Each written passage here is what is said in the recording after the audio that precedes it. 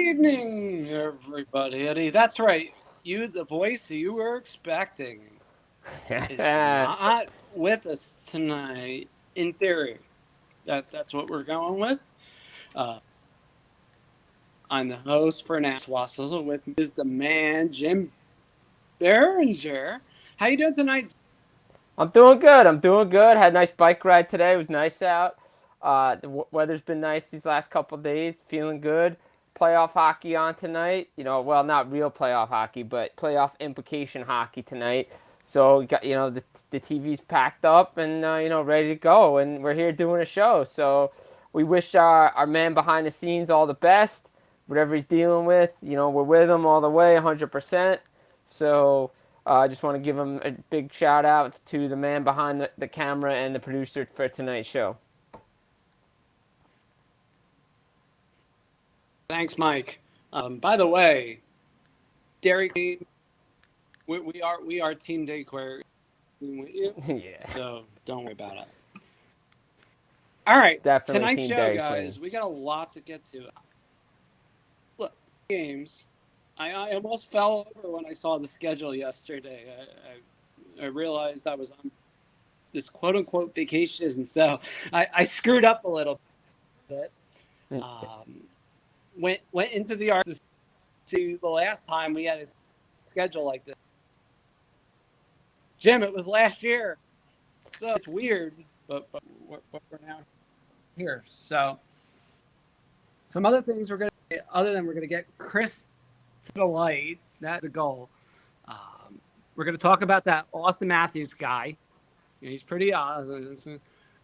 We're also going It is to talk Taco about Tuesday. It is Taco Taco Tuesday. It Tuesday. is Taco Tuesday in Nashville, but it's always Taco Tuesday. So I mean, you know what? In Nashville it's Taco Tuesday. Will that carry over to wherever he goes, or does he stay? Who knows?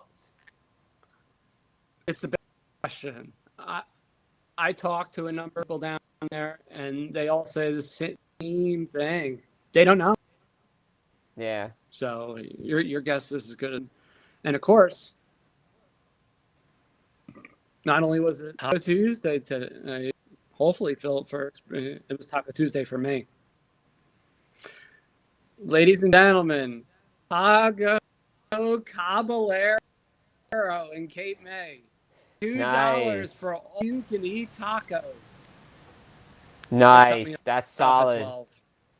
12. They Oh. cut me off Wait a at minute. All you can 12. Wait a minute. Wait, time out. Before we get into that. Before we get into this show, time out. Yep. It's all you can eat tacos, but they Yep. cut you off at 12. Yep. That's messed up. That's messed up. But Hey, they did me a solid, charged me for $10. So all right, I it's mean not bad. these weren't little tacos. These weren't your Taco Bell tacos. They were tacos. God, this sounds like practice. We're talking about practice. We're just talking about practice Here. AI. But there, like you said off the top, we got a lot to get to.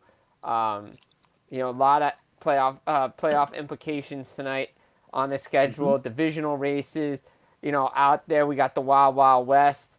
We got the Atlantic Division, really 2, 3, 4 battling out. Metro, every seed's pretty much up for grabs right now. It's just crazy right now. I think this is how the NHL wanted to when they came up with this schedule. I think this is what they wanted. And I had a little argument the other day with somebody on Twitter that said, "Oh well, you know what? Please go back to the old format." Just FYI, if we decided to do this 1 through 8, a good team's still getting knocked out in the first round. So it doesn't matter the format.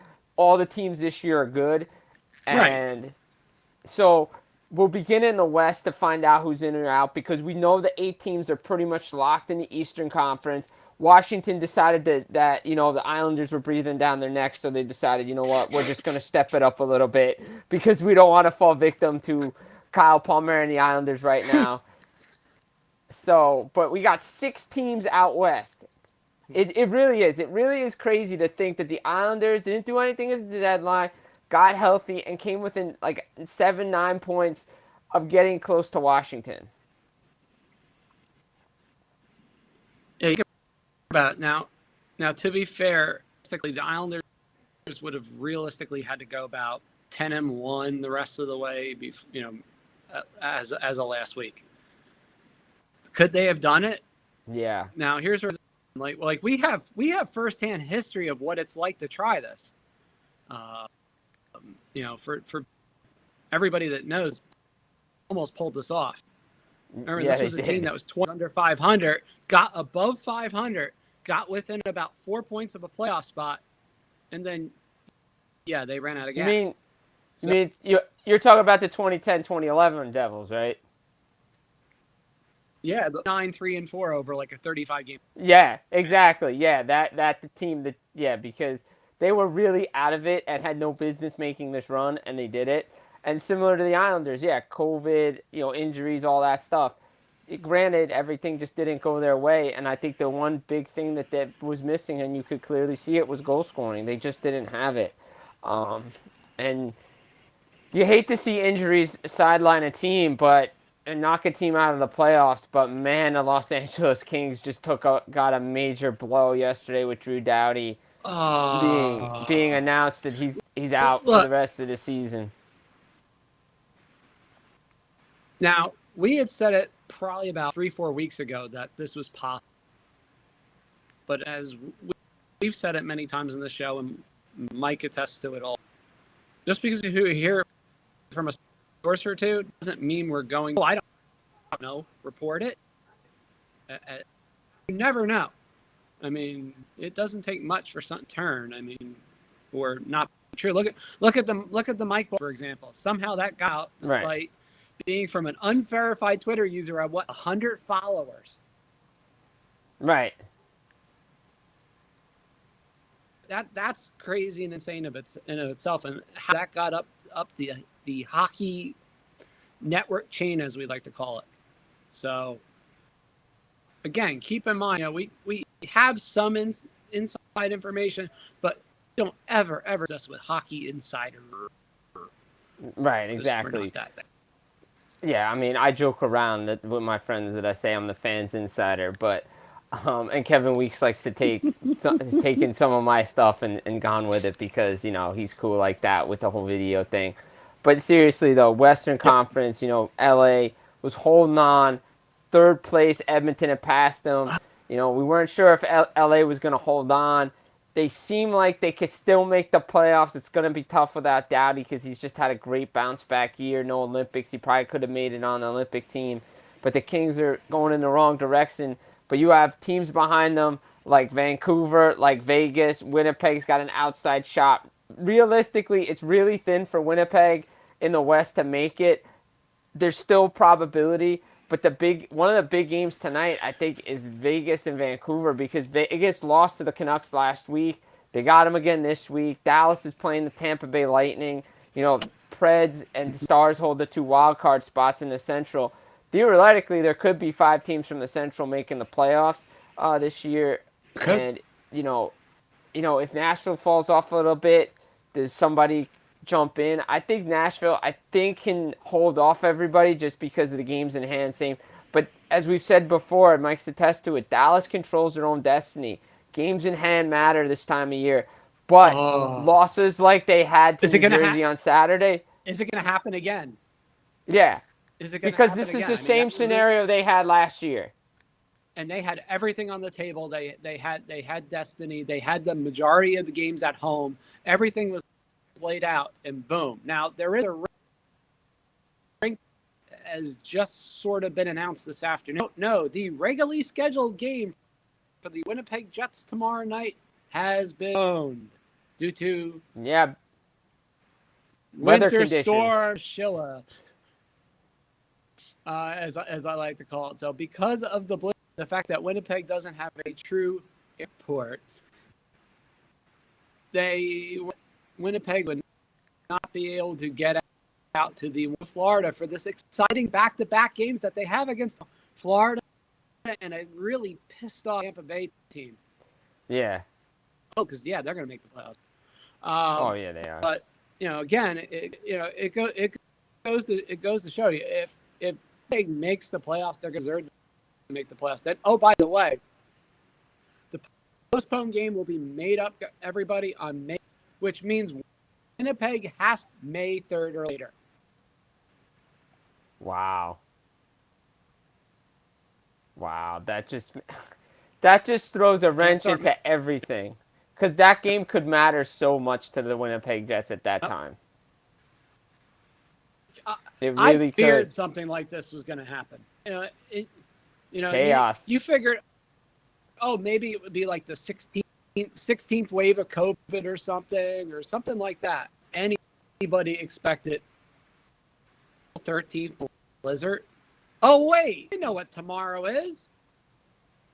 Yep. It's that day. Should have been better.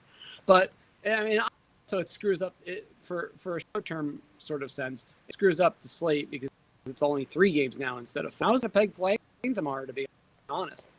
Yeah, I mean, they just come off they just come off back-to-back wins. I mean, they played Sunday, then they played Monday night, and they Connor Hellenbeck went back-to-back, and I think he's got to play the rest of the way out. I mean, similar to what the Devils did back when they rode Keith Kincaid all the way to the playoffs. They were just riding him till they made the playoff, they clinched that spot. But I think they just got to ride him out, and it's going to be interesting because, like you said, Vegas plays some teams. If you look at their schedule, they play Vancouver, they play Dallas. They got a couple of matchups that could go in their favor, but the games in hand do not go in favor of the Canucks or the Jets or the Golden Knights. All right, so for crazy, right? Now, how bipolar is the league in the last few weeks? Look, Calgary's well. Then. But even Calgary lost 3 home and won 3 straight games on the road. Now come back at home this week. Now, mind you, that team was favored for 3 straight games on the road. 3 straight games at home. So this is now the 7th tonight. I believe is the 7th game in a row that they are at least a at least a minus 150 favorite. So basically about a 1-5 or 1-6 favorite in Canada. That's pretty crazy. That is crazy. But Calgary's that good. So I mean, the Calgary is very good, and obviously, Jacob Markstrom is one of the biggest reasons why, along with the first line and Andrew Mangiapane, who all he did early in the season was score goals. On the road. On the road. Yeah, and then he started scoring a bunch of, like I said, this season has but getting back to what everybody's been talking about, the West is where this is really at. People have a prediction on what's going to happen here. It's anybody's guess. I mean, look, Vancouver got back into it. They've only lost twice in regulation their last. Are they a team that can keep a run going at this point?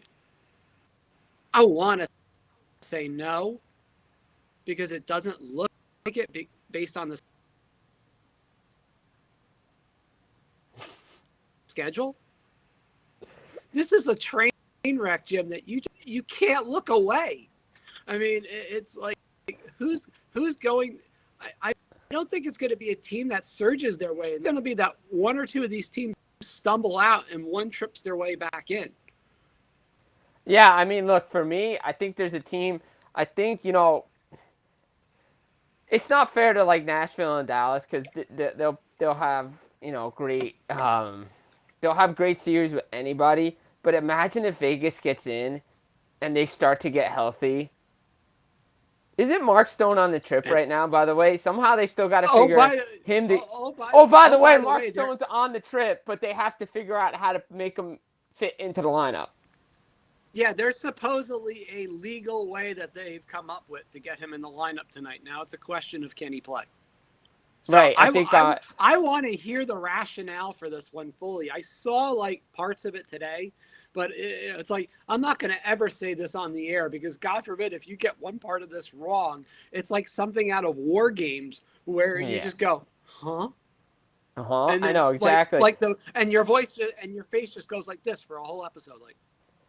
Sounds like he's a game time decision tonight. So that's going to be interesting. I still want to know how they figure this one out, because apparently, this is why they tried to move Dadanoff out and all this stuff. They tried to move salary to make it work.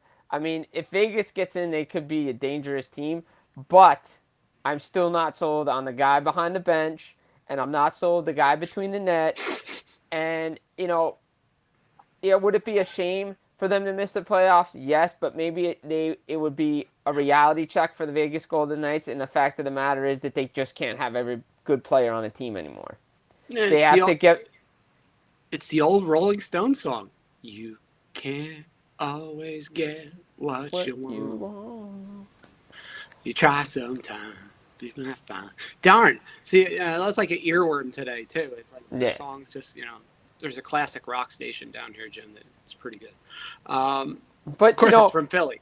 Right, of course it is. But, to me, I think, if Nashville can get in and Dallas can get in, I think they're going to give trouble to anybody who they play, especially Dallas, because we saw what happened when they matched up in the bubble with Calgary. They were able to take them out, especially with their goaltending.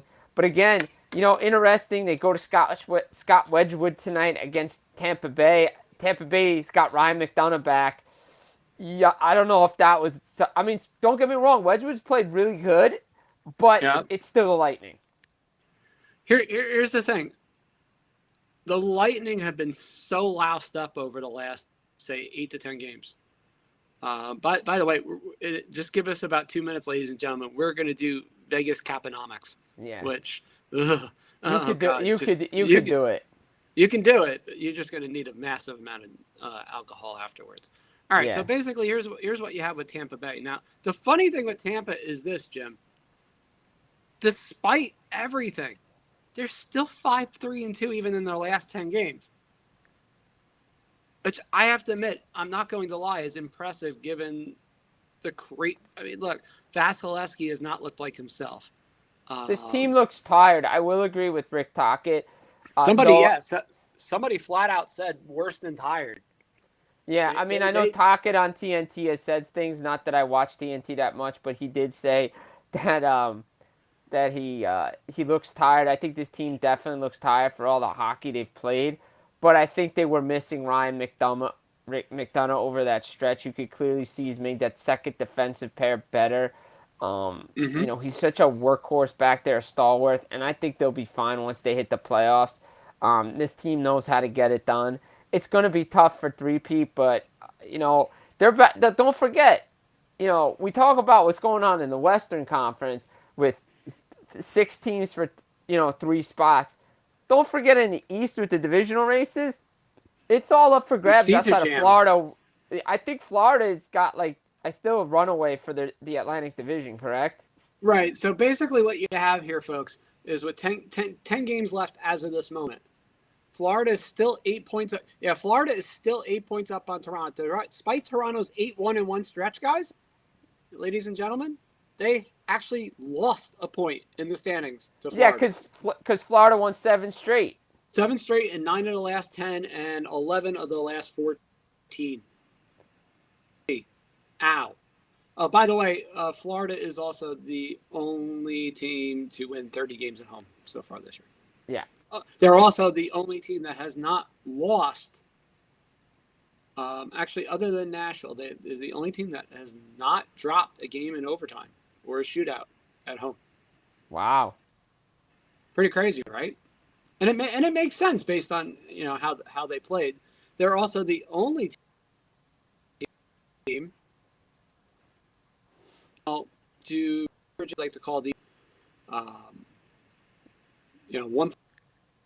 one goal mark, which is supposedly the mark of an elite team. I never understood or believed that to be true. So unless it's Tampa Bay.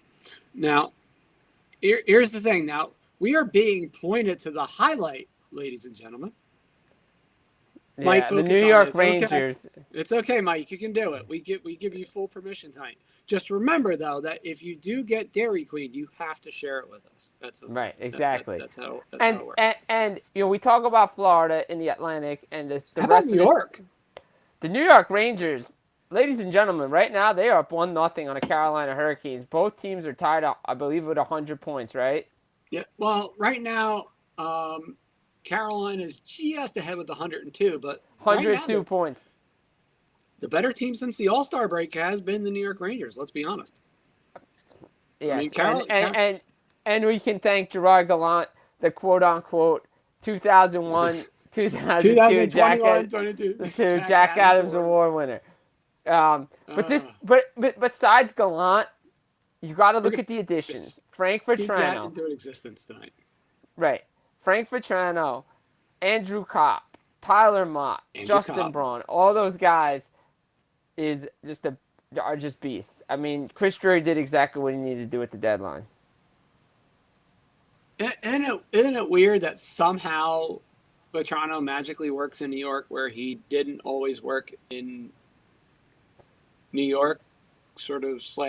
I'm sorry, he didn't work out in Boston and Florida the way he probably should have.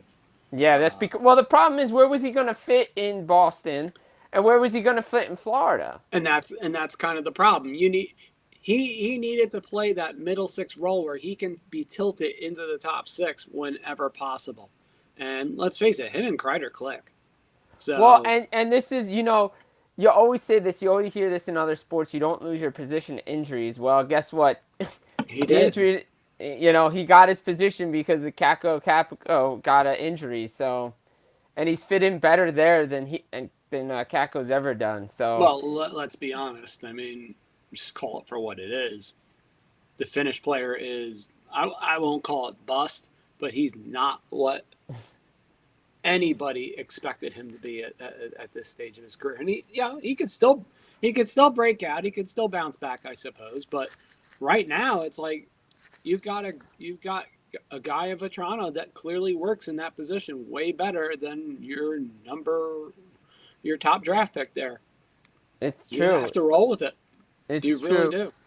It's true that it is. They found lightning in a bottle with Vatrano, and the Rangers are looking really strong here. I mean, look, they'll tie Carolina if they win tonight in points, but I mean, yeah, look, I think Carolina still has games in hand. No, they'll be able to take over because of they've played the same amount of games, so it looks like that they'll be able to just take the top spot. And who would have thought the New York Rangers would be sitting in the top of the Metro Division in the final couple weeks of the regular season? Yeah. All right, here we go. So, perspective, Jim, right? Right. You're looking at the more balanced team since the All-Star break. The Rangers' goal differential, while it's still not as good as Carolina's, right, even after, say, the All-Star break, their quality of play is more consistent, though. It is. Oddly enough, their possession numbers, while not quite up to Carolina's level, are closer than they were before the trade deadline. Absolutely. So you have to look at it in the sense of, Carolina has kind of been, running atop, and now it's like all of a sudden, here comes trouble, and what do we, can they kick it into that final gear that they did that last year too? Yeah, they did, and they managed to overtake Florida. They did what they had to do, and then of course they eventually lost to Tampa Bay. But then again, I mean, that still was one of the wackiest series I think I've seen in the last decade. So I thought the first round series with Tampa and Florida was wacky. Think about this though. Carolina could have been out in the first round because they matched up against a strong Nashville team. Yeah, and Saros kept pretty much Nashville in that game.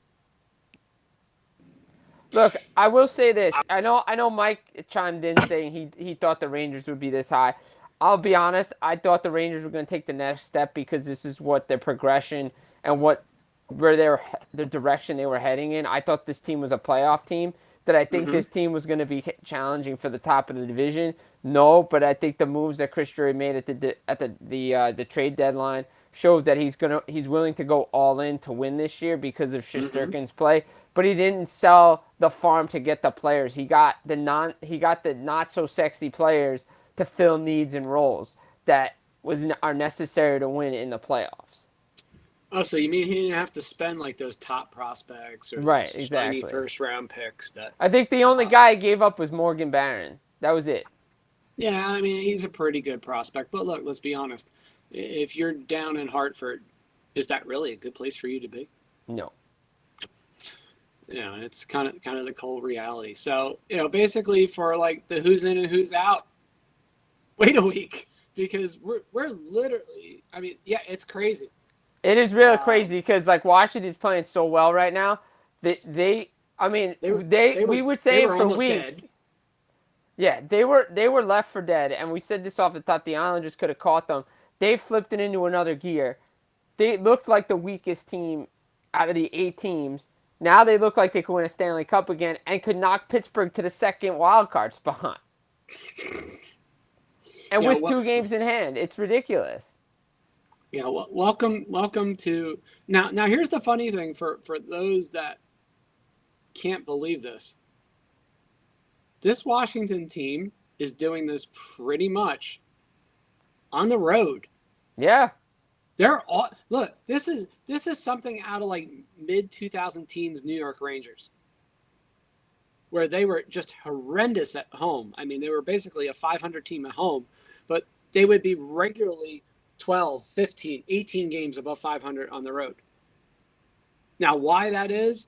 Who knows?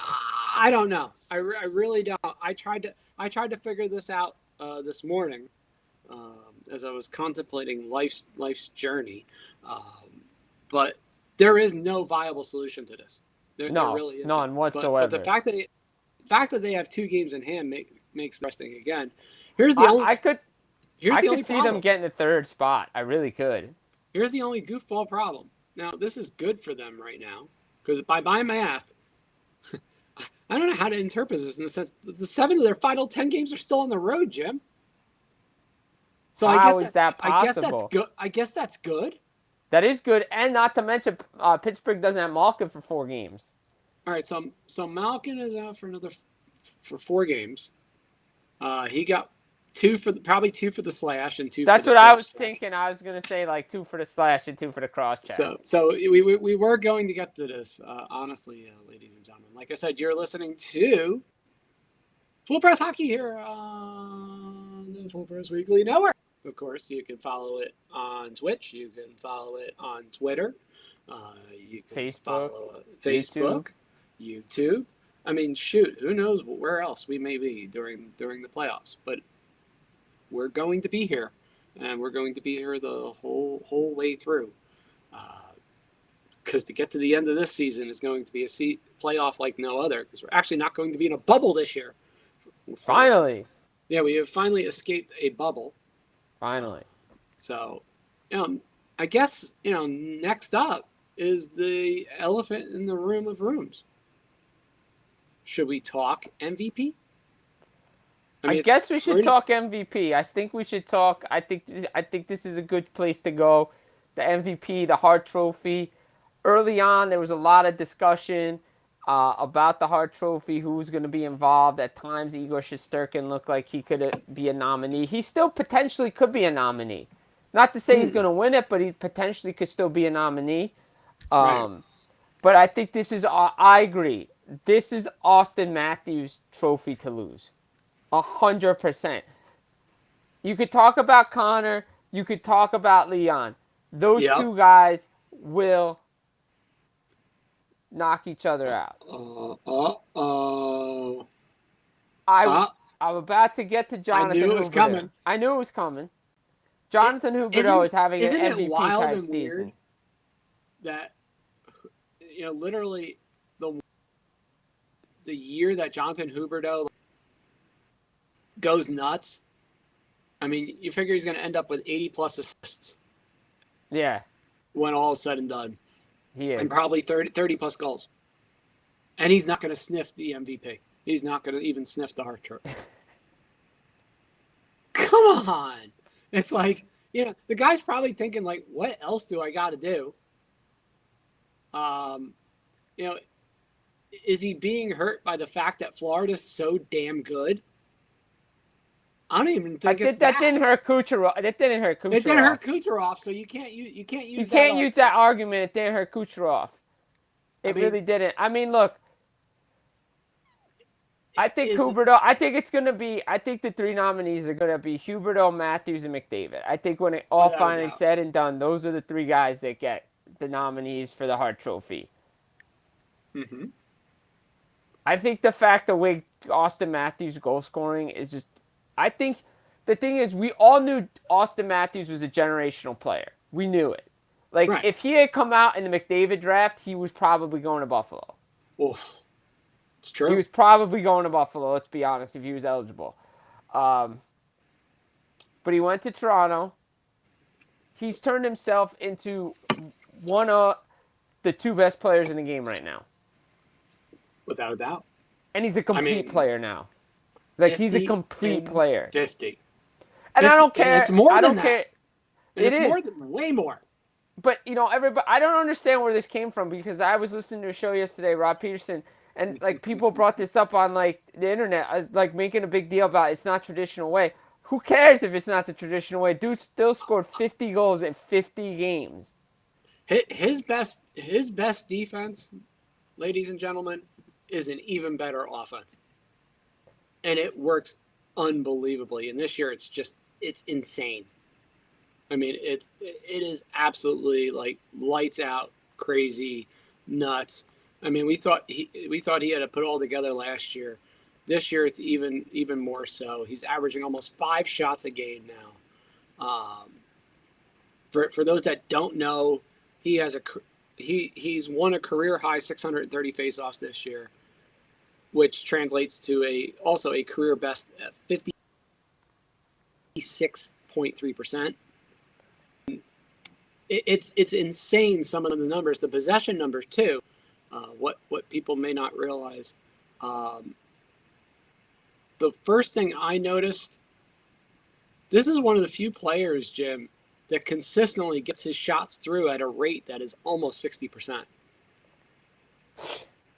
I mean, think about how hard it is to get to 50% for most players. I mean, can we just say, I know Alex Ovechkin will go down as one of the best pure goal scorers the game's ever seen. Matthews has got a better release than Ovechkin does. He does. Think about that for a minute. And this kid's only going to get better. He's probably going to win some Rockets for a while. And, yes. So, I think he's definitely going to do it. You know what the question is, and it has to be asked? Absolutely, Mike's 100% right. Do you consider him to be the best American player of all time already? Yes, I do. Yes, 100%. I'm going to say this, and I know I'm going to take more heat for it than anybody else does because it's me. He is.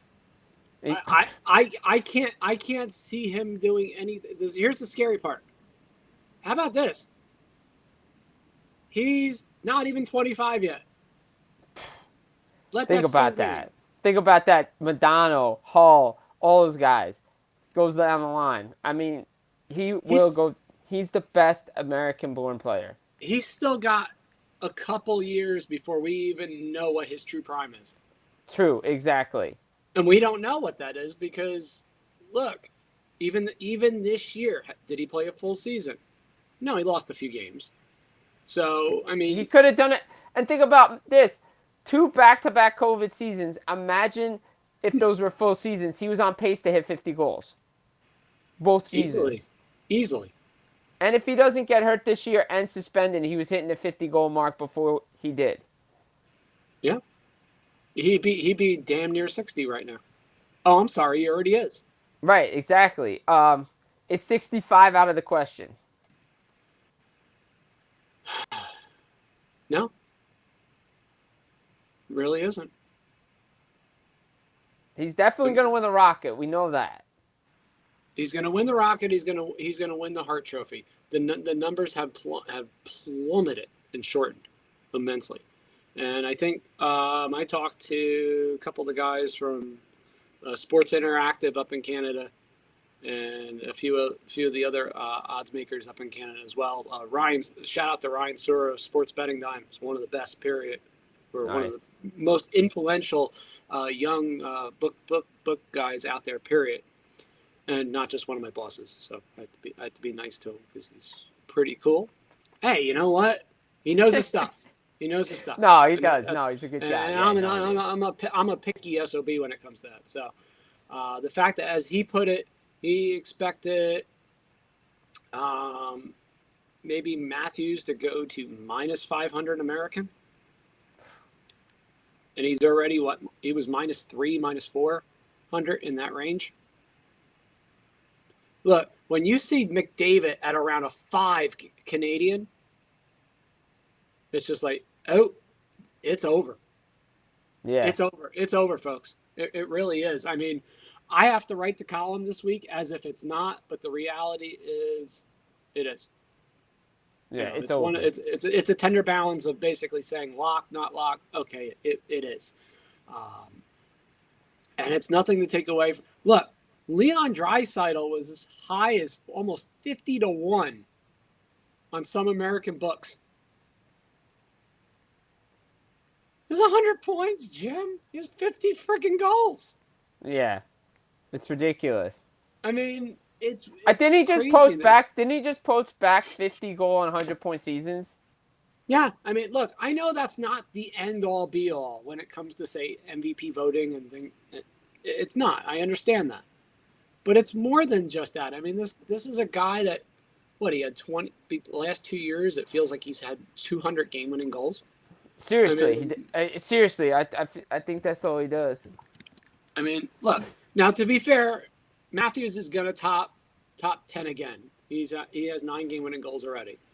By the way, it's shoot, it's 28 in the last 3 years for Draisaitl.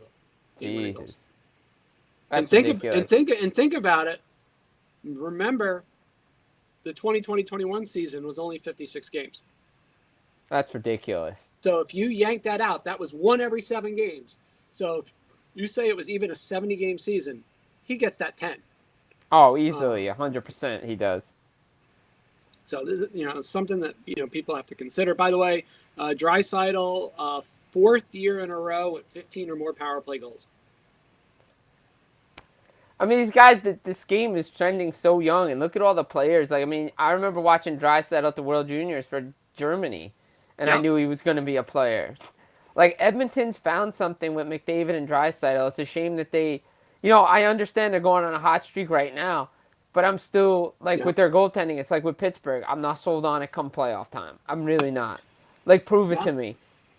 Same with Florida. Florida's having a great season, and same with Toronto. They're all having great seasons. Look at the mess. Prove it. Look at the mess, though, that each team is going through right now. All right. We'll start with the big, giant, Lucy-sized elephant in the room. That's right. We're plugging the Lucy elephant from Margate, New Jersey, because, well, she's that big and she's that massive. But the reality is this. Toronto has a mess and a half injury-wise. Apparently, I don't know how to put this in a good way, but Jack Campbell has a compartment fracture issue. It's not related necessarily to the rib injury. I think it is. I think we're being lied to death. But again, it's one of those things where it's like, really? You're playing this well, and you're going to possibly have to write Eric Kallgren at least to the rest of the regular season potentially, or he's at least going to be your 1A for the balance of this regular season. And then what? Who knows come to playoffs what the heck's going to happen?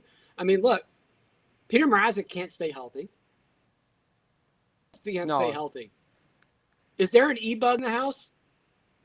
I mean, we joke about it. I hope so.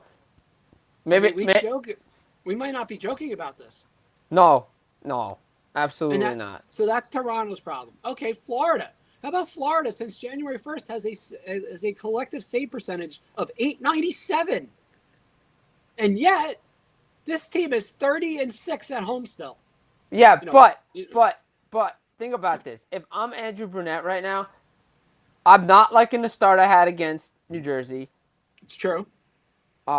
They came back against Buffalo as well. They were down 5-1 to Toronto. You do Yep. that in the playoffs against a good team, you're not winning those games. Now, to be fair, also, and I'll preface Jim's point with this. Look what happened last year with the Atlantic Division playoffs in the first 2 rounds. Oh, it's crazy. Could that happen again? Possibly, yeah. And that's the problem. That's where all of this gets twisted, convoluted, and whatever you want to call it. And it gets rough. It's like the echo during the first 2 minutes of the show. It mysteriously disappeared. No one knows what happened to it. I don't know. It went away. Maybe it went on the Cape May ferry, for all I know. But either way, that part doesn't matter. What matters is this. If you tell me come May 2nd, what in the hell is going to happen in the first round of these playoffs, you're going to have a lot of writers with many, many sleepless nights trying to, oh wait, we're only going to have a couple sleepless nights to figure this out because the regular season ends on a Friday and starts on a Monday. Yeah. Oh, yeah. We only have a couple days to do stuff. So, yeah, good luck with that. Thanks, pricks. Yeah, seriously. It's one of those, and you never like to say it as a professional. I sometimes use that term very loosely for myself. But I will say this. That is going to be one of the most vicious turnarounds year of the bubble. People forgot we were playing playoff we were starting playoff hockey in September.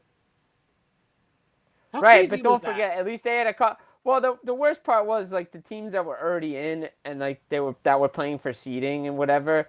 They just like a lot of teams just mailed it in and were just like, all right, whatever. Yeah, now the other teams were like fighting to like actually like make it and have like they just needed to have some games played. But yeah, it's gonna be a crazy turnaround. But I think that favors teams, and I hate to say it, that are fighting for their playoff lives, especially if they get in on like the final day of the regular season, only a couple of days off. You've been playing that kind of way for the last 3 weeks. Like that's why a team like Dallas, if they can get in and they could start right away, look out. See, as much as I would love to see a team like Vancouver make it, for me at least, and maybe I'm wrong on this, and maybe this is a little bit of backwards thinking, but there is no way in any shape or form that a team that is ranked 30th or lower on a penalty kill should ever make a playoff.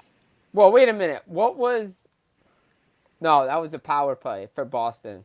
That was Boston. So bad. Oh my God, that was horrendous. That was so bad. Remember how bad 2011 was for like the first few rounds? Yeah. And then the suspension happened, and suddenly they found a power play. Right, exactly. And it wasn't even like the player that was suspended for Vancouver was a penalty killer. It just was a weird coincidence. It was just one of those things that changed the series that might have changed anyway. It just, it's the old song, you get something to believe in. Right, exactly. The cause accompli. But my God, I mean, this is like we said tonight. We've gone over the division races. We've gone over the Auston Matthews Hart Trophy baptismal or coronation. Right, exactly. We might be coronating them too soon, but I tend to think not. At least with this, typically is something that can get decided early like this. There's only a few weeks left in the regular season anyway. It's only 2.5 weeks. It's coming down. It's getting quick. Look. Not even 3 weeks. 20 days. Playoffs start. In the next couple weeks, yours truly, Jim and Mike, are going to be crafting our first round upsets with much care. Got to see the matchups first. I know, but we're going to be crafting them because let's face it, you can start to kind of maneuver the pieces a little bit. Look, right now. I will say, I don't care who Florida matches up with. Right. I don't care if they're favorite. If they play like Boston or Washington, I'm taking the other team. Mm-hmm. Because I don't believe in Florida Panthers' track record of winning playoff series. My only with Washington is if something happens to Vanacek. Right. Which makes sense. But I'm saying that's my. I don't have a belief in the Florida Panthers to win. I don't either. I do I want to? Sure. I absolutely. Now look, and that is true. You know what? Problem is they haven't won a playoff series since Trotz left. Izzy, there are so many freaking narratives that are bound this year, in some way or form. You know, there's the it is cursed without X and X. By Brandon Carlo is now also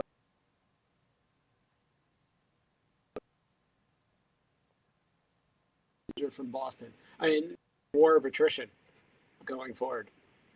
That is true. That is such a true stat, Mike. Such a true stat. Right off the top rope. Right off the top rope. Exactly. The last time the Florida Panthers. Not much better. Yeah, Toronto's not, but at least they did it in this century. Oh. At least they done it in the century. The Florida Panthers, the last time they won a playoff series was before the NWO formed. So think about that for a minute. Right. Florida's been there. I mean, it's true. And if they win, I think if they make the playoffs this year, it'd be the third straight year they've made the playoffs. It's like the first time in franchise history they've ever done that. Right. It's now. Here's the thing too, and I've argued about this a few times in the past but you know, Russ Cohen and on Sirius. Other than the mysterious noise coming back, but is this? Oh no, Kyle! No, we cannot go there. All right, Florida won a series. There were like 6 teams that didn't exist in NHL. That is also true. That is also true. That is also true. I mean, look. That's why I'm saying at some point. Oh yeah. A bunch of these narratives have to get broken. I mean, yeah, exactly. Which ones? And the question is, which ones do? Do we know? No, I mean, look, no one does. The top story. I mean, like, I'll give you a teaser right now because I'll put it up on the thing. Yep. Atlanta form reload. Yeah, exactly. The 2 big storylines for me going into the playoffs will surround the Florida Panthers and the Toronto Maple Leafs, and can they win a playoff series? If the standings stay the way they are. That's big. Can either team get out of the first round? Can we have some... In the last segment of the show, or as I'm going to call it, the half segment, because that's just what this is. Because, or the 7th of a segment, because there's only a 7th of the season left. This is how the Vegas Golden Knights...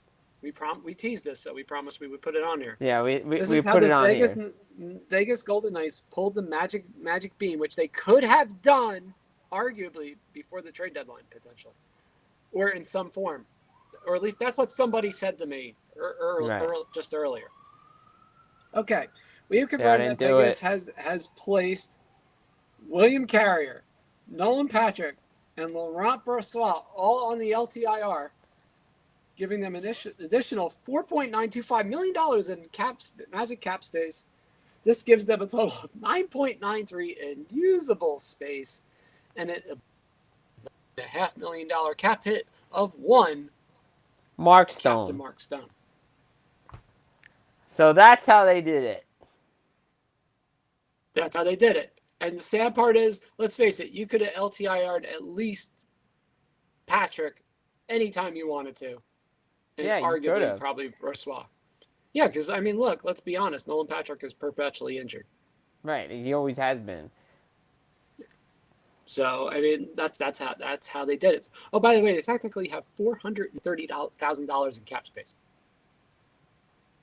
Way to go. Way Again, to go. probably could have been done A long time ago. It's screwing up one of the words. Again, Look, ladies I and don't know. gentlemen, I mean, the fact that if he plays tonight, that's big because they have a big game against the Canucks. Do they win? Not sure. I think the way Vancouver's rolling, I think they could make it 4 in a row. But remember, each team has traded wins on the other's home ice. Exactly. So it could go either way. Does Vegas get in? I don't know. I just don't know. Yeah, I mean, this is. I said there's no way Vancouver's getting it. And of course, naturally, just when you think a team is dead, find a way to come back to life, like Jason Voorhees, and make our lives a little more miserable. But you know what? That is actually not a bad thing, ladies and gentlemen, here, because at Full Press Hockey, we crave chaos. And if there was we do. not We chaos, love the chaos. We love the chaos. I did want to throw out a few shout outs, obviously. We at the beginning of the show, before the show started, obviously to the man behind the scenes tonight, Mr. Mike Straw. Again, member Dairy Queen ice cream, as always. Most importantly, that everything is well and becomes well in time. That's always the most important. And of course, Elaine Shercliffe, our AHL writer who had to sadly take a leave. Without Elaine, I don't know where Hockey Press AHL would. Period. And she's a wonderful woman who I'm sure is probably not listening to this, but that's all right. Rest and taking care of oneself at this point is way more important than some hockey show or writing or whatever people are doing in the side that is not their daily, complete point and focus in their daily lives. So, Elaine, thanks again for all that you've done for me and for everybody at Full Hockey Press and the show, the writers, and everybody behind the scenes. Last but not least, of course, can we get a graphic for this? Come on, Mike. Give us a graphic, please. If we can get Mike's ugly mug up on a screen 30 times. We could certainly get a graphic. We could certainly get a happy birthday graphic up here somewhere. That's true. We could get a happy birthday graphic. I have somehow survived to the age of 47 as of tomorrow. Yo, happy birthday, Chris! I can't believe it. All right. Give it up. The joke is I didn't think I would get here. And I'm not far off on that one. All right. Fair enough, Kyle. Fair enough. Happy birthday, Chris. I'll take it. I'll take it. But real quick, seriously, all seriousness, to anybody who's going out there right now dealing with, mental health issues, remember, just take care of yourself. There are people out there that are around to reach out. Just reach out. Take care of yourself. Wow, he just puts it over everybody's mug. That's messed up. But reach out to anybody. You know Nicely done. I love it. Thank you. It means a lot. I mean, yeah. I'm the person that sits there and wow. That's a good. I like that one too. Hey, look at that chocolate. Oh, the chocolate. They all look pretty good though. They all do look good. I mean, look, I'm not going to lie. For those that don't know, a lot of these hockey games and press things, and I often can't keep a straight face about this. I have a sweet tooth like no other person, rational person. Yeah, you do. I mean, this is a person that people call it the Kraken. That's what they called it. This thing was Six Peppers Heat, as they called it. Ooh. I mean, this was New York City Curry worthy. It really was. I mean, this. So naturally, I'm trying to find a place that serves ice cream in Cape May around sunset. Good luck in April. But again, like I said, I have a hockey sweet tooth. The worlds of hockey, sports, football often get blurred together with me. They always have, and I want to personally thank everybody at Full Press Hockey and Full Press in general for all the well wishes and for the inevitable avalanche of my Facebook going down at some point tomorrow because there's too many birthday messages for me to respond to. And it starts at 12 a.m. Always. There's always one person. It never fails. There's always the one. But again, you can follow, like you said, you can follow us on Twitter at Full Press Hockey. You can call and text at 626-310-8882. And of course, I always love saying full.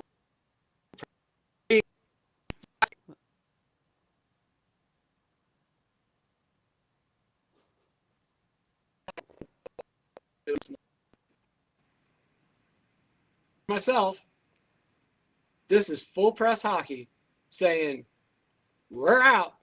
See you next Tuesday night with more crazy hockey. Enjoy the games.